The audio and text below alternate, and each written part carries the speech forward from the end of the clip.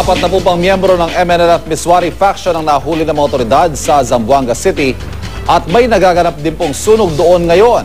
May news to go si Chino Gaston live. Chino. Ivan, kasalukuyang may nangyayaring sunog dyan sa bandang aking likuran dito sa gawing Santa Barbara.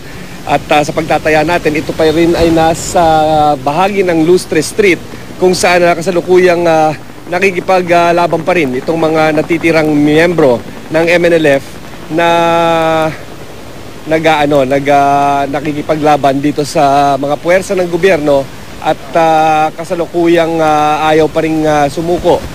Rinig pa rin natin ang pag-ikot ng mga helicopter sa lugar para pagmasdan nga o tingnan itong mga sinasabing posisyon ang paggalaw ng mga miyembro ng MNLF na nandyan pa sa lugar. Samantala, kagabi ay tinatayang 40 miyembro ng MNLF ang sumuko at kasalukuyang hawak na ng Zamboanga City Police at sumasailalim dito sa mga booking procedures na kung tawagin.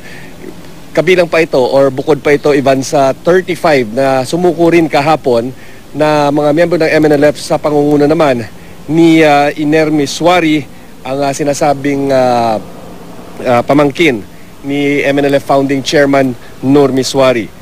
Kasama rin sa mga sumuko kagabi itong si Commander Miss Babalaji, isang babaeng MNLF commander mula naman sa CI Municipality. At yan ang latest mula dito sa Zamboanga City. Balik sa iyo, Ivan.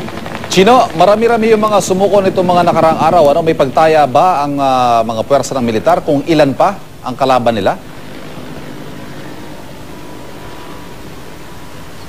Sorry Ivan, paulit na lang ng question. Yes, Chino, marami-rami yung mga sumuko nitong nakaraang araw. May idea ba ang militar? May pagtaya sila kung ilan pa yung natitira sa mga kalaban nila?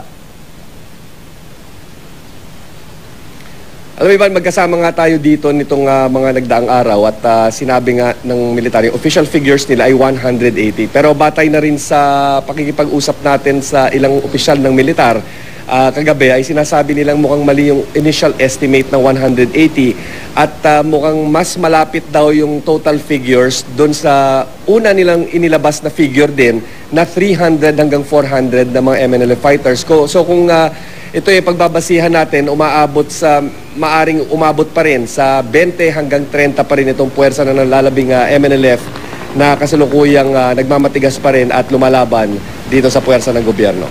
Tapos, Chino, yung sunog ngayon na banggit mo mukhang sa Santa Barbara, in the previous day, sinasabi na sa 1 hectare na lang daw yung area na ginagalawan nitong mga rebelde.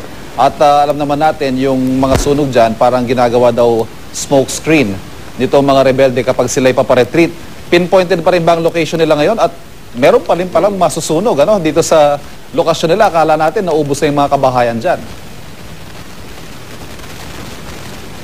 Tama ka dyan, Ivan. Although hindi ito official na pahayag ng Sandatahang Lakas, ay ang sinasabi or information din na kukuha natin sa ground ay iisang bahay o dadalawang bahay na lamang itong ginagawa ni Ustad Shabbir Malik. Bagamat marami pa rin ng mga tao o kanyang mga tauhan na nakapwesto sa palibot nito, kung kaya't hindi rin pwedeng masabing dali-daling makukuha o ito. Bagamat nangako na nga yung militar na kaunting panahon na lamang daw at makukubkub na nila at makukuha na nila ito. At kung ang mga indikasyon ng mga sunod-sunod na pagsuko ay parang sana, pag-asa natin ay sana matapos na nga itong sigalot at tuluyan na ang mahuli or sumuko itong mga nalalabing MNLF fighters na patuloy pa rin na nakikipaglaban at nagpapataas sa tensyon dito sa lugar kung kaya't hindi pa rin makabalik sa normal ang buhay ng mga residente dito sa Santa Barbara, Rio Hondo at Santa Catalina. Ivan. Chino, saan ang exact location mo ngayon at anong sitwasyon dyan? May putukan ba ngayon? May air assault ba?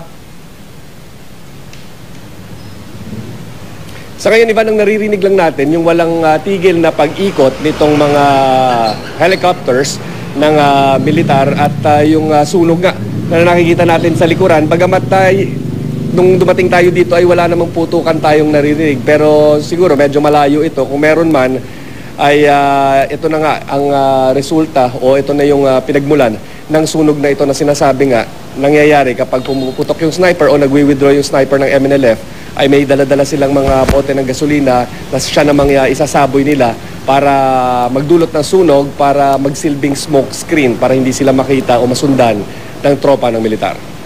Ingat pa rin. Maraming salamat, Chino Gaston.